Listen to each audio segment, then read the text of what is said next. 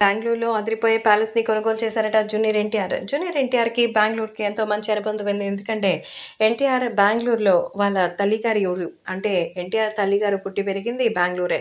So, కాబట్టి ఈ నేపథ్యంలో నందమూరి జూనియర్ ఎన్టీఆర్ బెంగుళూరులో ఎప్పుడు వెళ్తూ ఉంటారు. ఆయనకి అందుకే అంతగా ఫ్లూయెంట్‌గా కన్నడ వచ్చు. అలాగే కన్నడ ప్రాంతం బెంగుళూరు అంటే ఆయనకి ఎంతో ఇష్టం.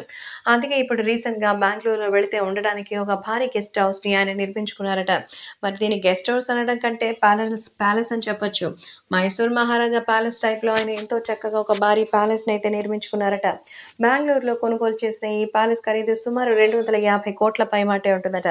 ఈ ప్యాలెస్‌లో ఎంతో అద్భుతమైనటువంటి రాజభవంతి లాంటి ఆ ఇంట్లో కావాల్సిన అన్ని రకాల విషయాలు ఉంటాయని తెలుస్తోంది.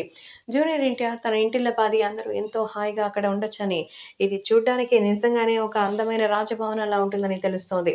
ఎన్టీఆర్‌కి అలాంటి యాంటిక్ వస్తువులంటే బాగా ఇష్టం. కాబట్టి ఆ రీతిలోనే ఈ ప్యాలెస్ ఉండడంతో ఈ మారు మాట్లాడకుండా భారీ అమౌంట్‌కి ఇది కొనుగోలు చేసినట్టుగా తెలుస్తోంది. 250,00,00,000 బెంగుళూరు ప్యాలెస్‌ని కొనుగోలు చేసిన ఎన్టీఆర్‌కి సంబంధించిన విషయాలు చూసి అందరూ ఆశ్చర్యపోతున్నారు. నిజంగా సూపర్ అని అసలు మామూలుగా లేదని ప్యాలెస్‌లో జూనియర్ ఎన్టీఆర్‌ని ఒక మహారాజులాగా చూడొచ్చంటున్నారు. సో, సందర్శకుల్ని సైతం చూసి ఆకట్టుకునేలాగా నిజంగానే భారీ లుక్‌తో అయితే ఉంటుందట.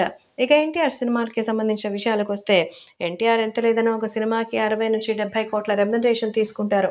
కాబట్టి 250 కోట్లు అంటే చిన్న విషయమే. ప్రస్తుతం కొరటాల శివ దర్శకత్వంలో 'దేవర పార్ట్ 1'తో అక్టోబర్ 10న మన ముందుకి రాబోతున్నారు తారక్.